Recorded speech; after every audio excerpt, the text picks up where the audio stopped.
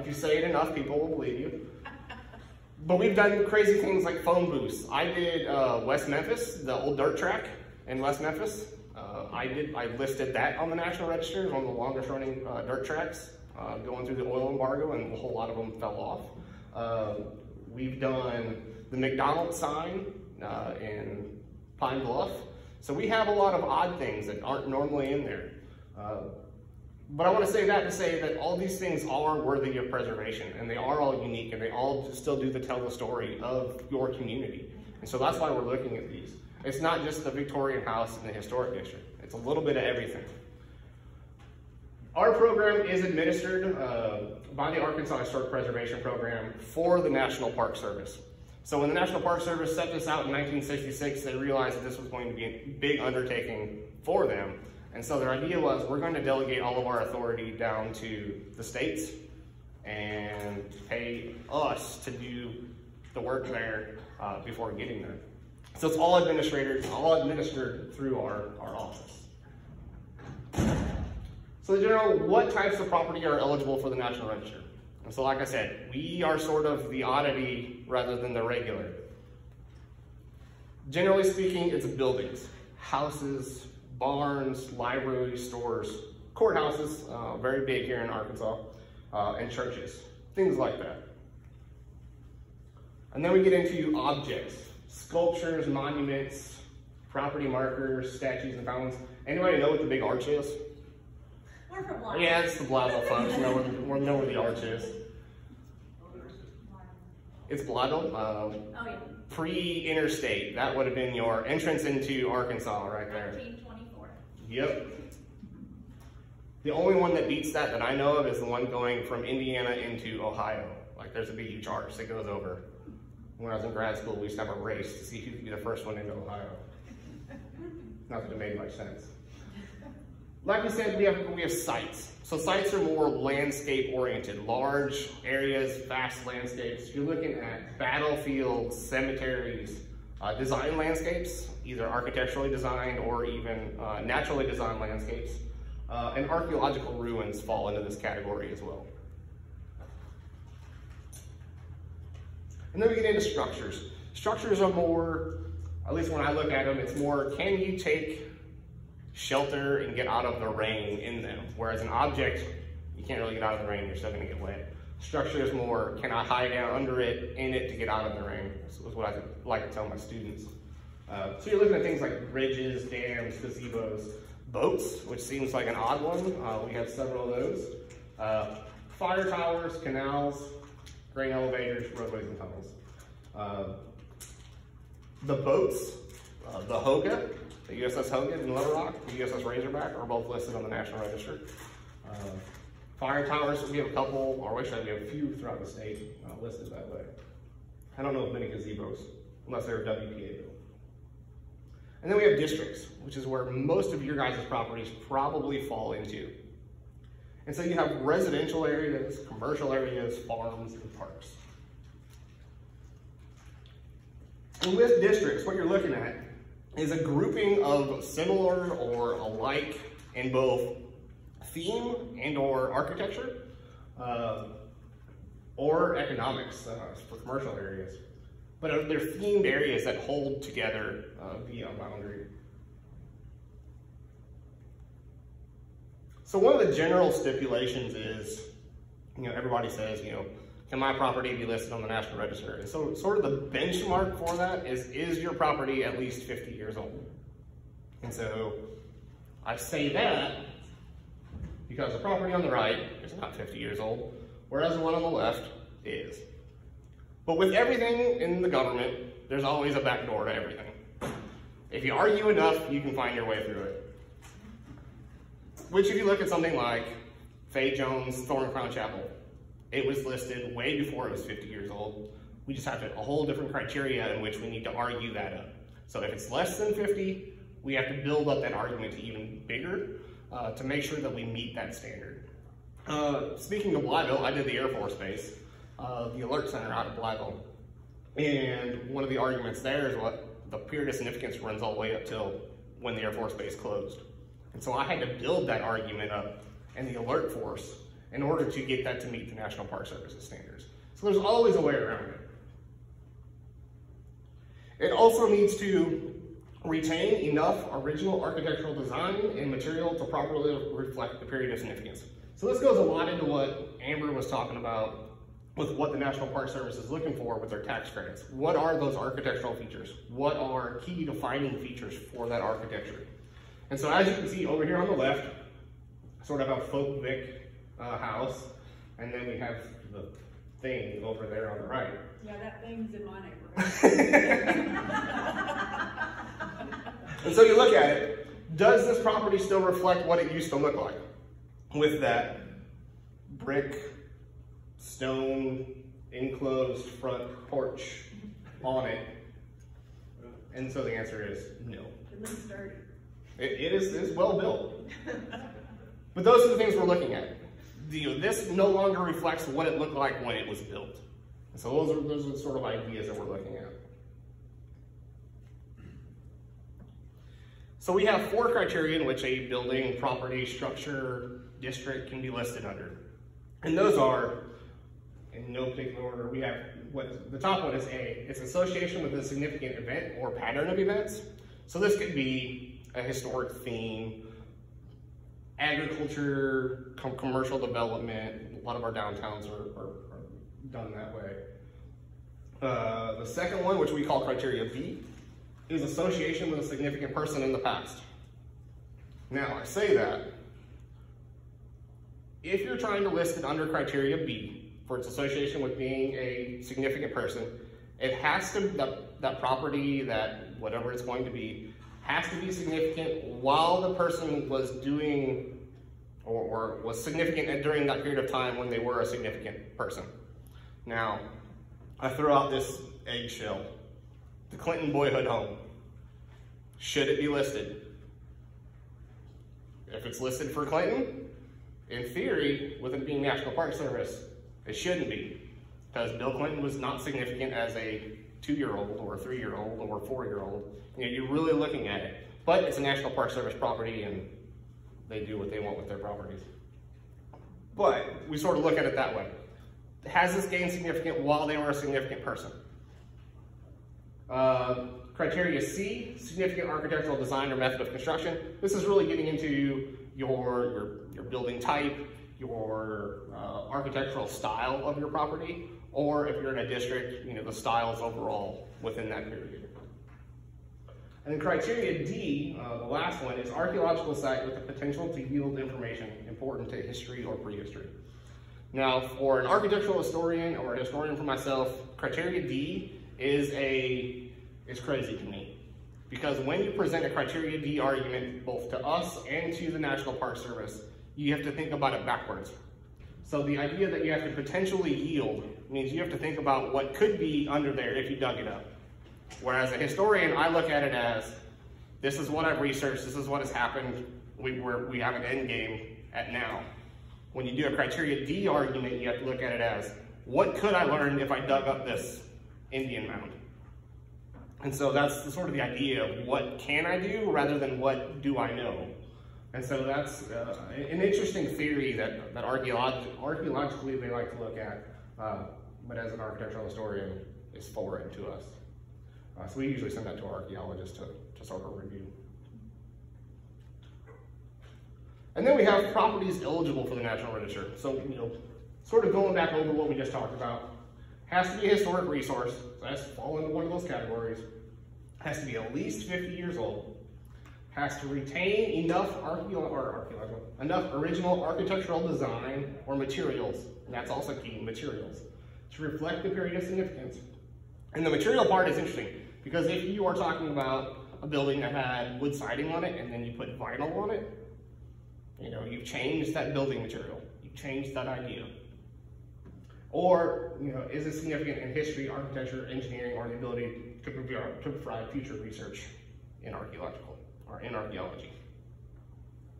Any questions on those? Sure. If a structure has been relocated, is it possible to? It is possible. So we have, one of those things that's not in here. So we have 4 criteria for listing, and then we have 8 criteria, what we call criteria considerations. And so those are, you don't want to do this, but if we do it the right way, we can get it to the end game. So one of those is if it's owned by a religious institution. So you don't want to list the property just because it's a Baptist church or if it's a Catholic church or something like that.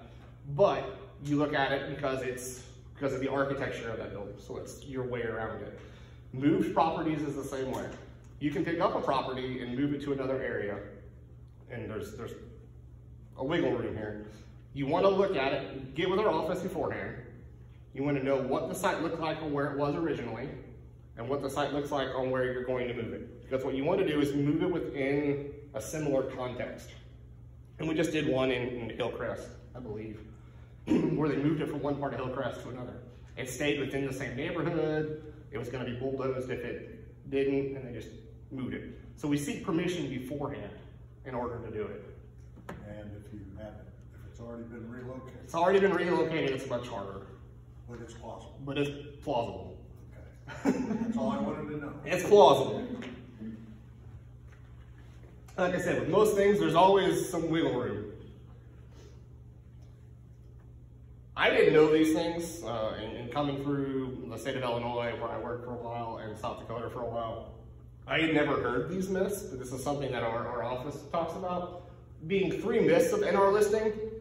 One is that you can't change the building, which I heard a lot when I first started. People will always say, and this is you can change the building, you can do whatever you want with it. There is a caveat, and I'll talk about that in a minute. And I like to tell people on the phone, like, well, I heard I can't change my building, and I can't do this. And I'll say, if you want to paint it pink, set it on fire, and run a bulldozer through it, you know, it's your building. I wouldn't advise it, but it's yours. The caveat to that is if you're within a locally designated district that has an overlay district, which basically means it's out of my hands, it's out of the state's hands, it's now a local city ordinance that tells you what you can and can't do to your property, which has nothing to do with us. They like to use our boundaries and do their overlay right on top of our boundary, but it's 2 separate entities in control there. And then we get mandatory upkeep. People think that if you have a historic building, you have to maintain it. Once again, this is all about property owner rights.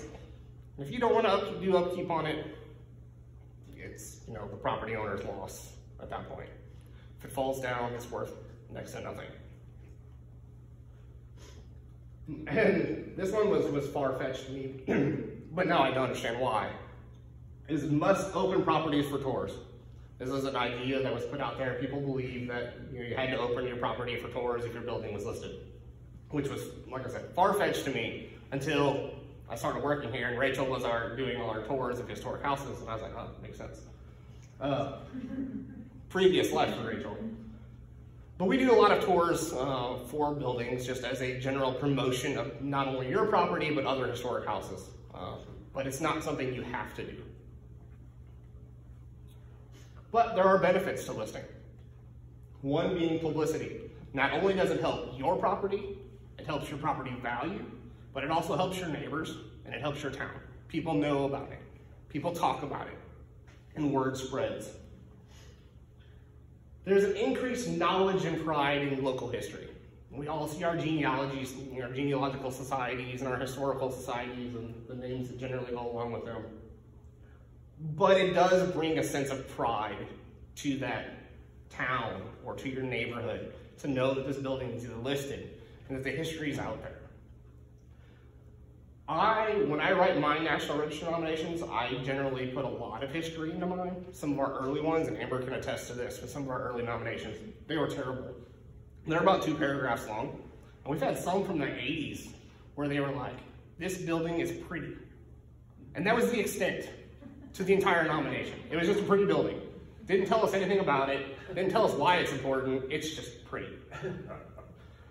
But I like to overemphasize the history because my idea of it, and the National Park Service loves to hate me for it. My idea is this may be the only time that this property ever has a history written for it, about it. So if I'm given the opportunity to tell the whole history, or at least as much as I can, I'm going to do it. So it's that idea that I'm giving it a history into perpetuity, at least in our files, so that people know the history of that site. Question. Sure. You said the National Park Service hates it. They like to have a much more narrowed argument on why this is important. They like to be the keep it simple idea, whereas I want to get to the whole story and tell you why it's important. They're much more on the just get to the point. So would that be a roadblock to success in the process? Not really. They just look at me funny, which I'm used to it. It's not bad. They would much rather have people narrow it down rather than telling the whole story. They want you just to tell the story to why it's important and leave out anything extraneous. There is an increase in property value. Before I got here, in 2009, the state did a study. I want to say it was done with Argenta in mind, and it was done by Rutgers. The idea of what listing on the National Register did for a neighborhood. And it was one of those ideas of keeping up with the Joneses. So, property A rehabbed their property and looks pretty now. Well, property B doesn't want to be upscaled by that, then they do it. And so it's keeping up with the Joneses as it moves through, which then helps bring the entire neighborhood up in that sense, and it brings property values up at the same time. And we have that study. Limited protection from federally funded projects. This is generally known as what we call, Section 106. So any federally funded projects that, like I said, are either funded by or needs a permit or a license has to go through a process known as the Section 106 process. So let's just, for sake of argument, they put up a cell phone tower right out here in the front lawn. And there's a historic property right here. So what the FCC, because they are the licensing person for that radio tower, what they have to do is then come to us and say, we want to put this here, are any properties going to be affected? And so then we will look at it and see if any of them are going to be affected. If a property, what we call it, has an adverse effect on that property, doesn't mean they can't put it there. It just means that we're going to have to make them do some mitigation in order to help alleviate the pain or visual effect or whatever it's going to be on that cell phone tower being placed out front. And so we have workarounds of that. We can't really stop them necessarily, but we can make them sort of work around it in a different way. There are the tax credits, which Amber talked about. 20% for federal and 25% for state. We also have grants. This is a study I want to see done. Excuse me. What I want to know is how does the fact that the state of Arkansas, which has a grant program, which many states don't, almost all of them don't, but we do. We are lucky enough to do that. I want to know how the fact that we have grants, how that affects our National Register numbers. And is there a correlation between the two? Because I would say I think there is, because we get a whole lot more nominations than other states do at the same time. But I would love to see how that works. But it is a property, and a program, and we will talk about that later. We also have the easement program. That's a voluntarily donated in exchange for a one-time tax write-off. And I don't know a whole lot about that program. I do know that if you, let's see if this works. If you get a grant, you take a grant from us, you do have to take an easement on the property. And we'll get to that in the next presentation. Sure. So if you get a grant, say it's a matching grant, would you qualify for any tax credits? So we'll get to that in the next one. But generally speaking, in order to get grants from us, you either have to be a nonprofit or you have to be a municipally owned, the property has to be owned municipally, either state government, local government, something like that. And the idea for that is because our grants come through tax dollars, through a certain thing. So the idea is we're trying to protect the state's investment in the properties. So that's why we only give them to nonprofits and or municipally owned. Yeah. So steps in listing a property, the first thing to do is try to get with our office on the front end, because we can save you a lot of steps if we do that on the front end and seeing what we have. Amber was talking about our survey forms. We have a lot of those. We have roughly 46,000 survey forms for 46,000 properties, in the state. Everything from Arkansas Post era up through 1975, 76 and properties. So we can sort of cut through some of the paperwork on the front end. So once you call us, we generally send out what we call a determination of eligibility, or DOE. And it's really 17 questions to help you get through there. And it's, who's the property owner? Do you have property owner permission? And the last couple questions are a little bit more thorough, where it says what has happened to the property as far as changes, what's been added, what's been taken away, and what's been changed. Or the second part, which is the history of the property.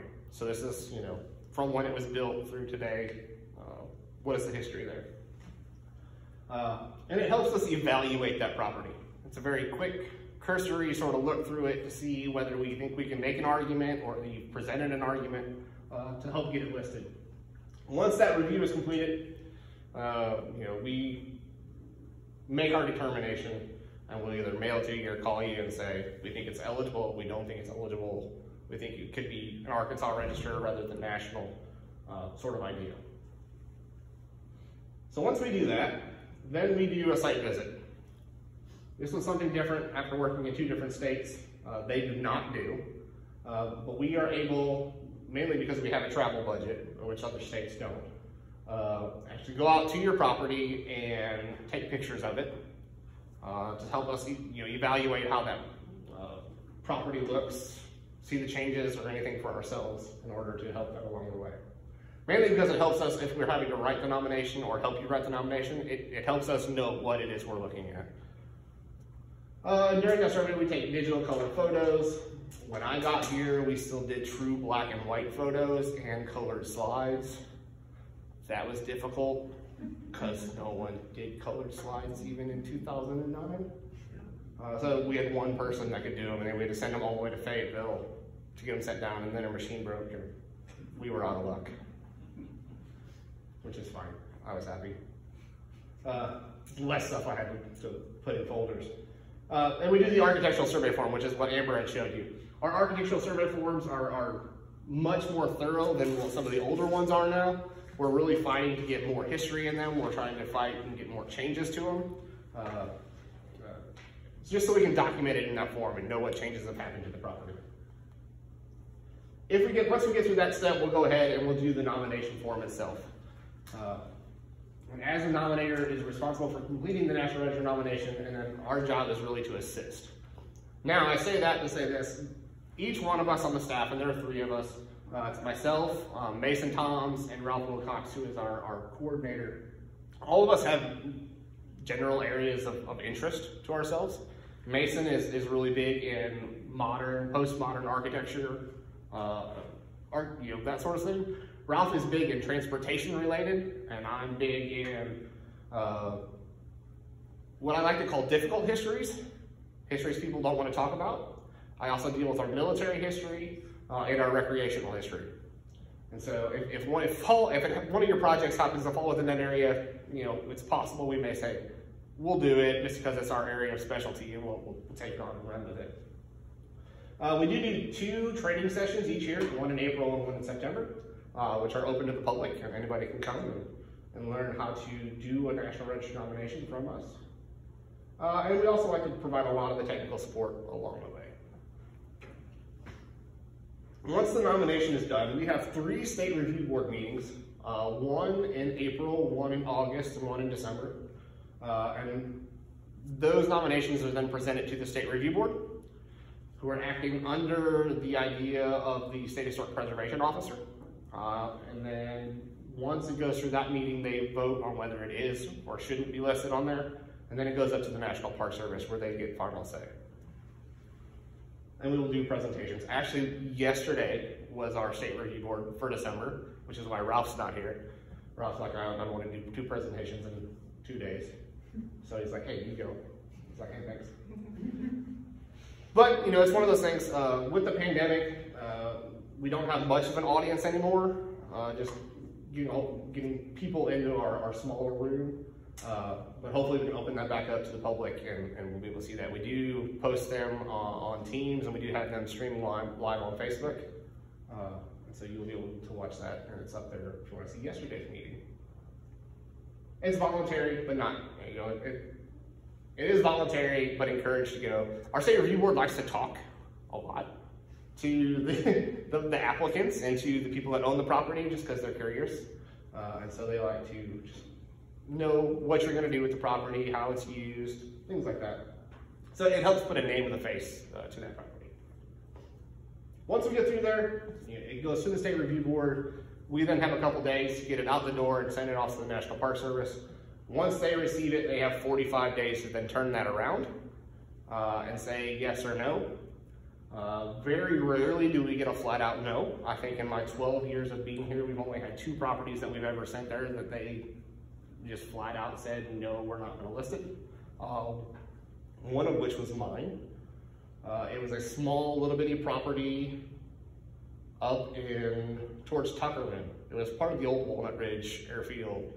And there was just one small building, one little bitty cabin left of a multiple cabin little area.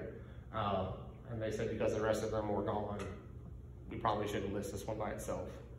And so we went through it, and it's not listed on the Arkansas Register of Historic Places. But once we get through there, if it gets approved in DC, we then send the applicant a notice saying it has been listed. We provide the owner with a certificate if they so please. So it says your property, usually it's whatever the name of the property is officially listed on the National Register of Historic Places, and then it's signed by the State Historic Preservation Officer and the current governor. And we also have the ability to send out what we call plaque packets. So some people want to have a little historic plaque next to their front door, and we send them certificates. We can't say use one vendor over another as a state agency, so we send you multiple copies of brochures that we've collected and say, you can pick. And so people just like to have that. So that's generally how it goes. Anybody have questions on any of that stuff? Most of you are probably already past this stage. Sure. I just wanted to make a comment. I'm Marissa, I'm the director at the public library here, and we're in the process of, you all nominated us to be included in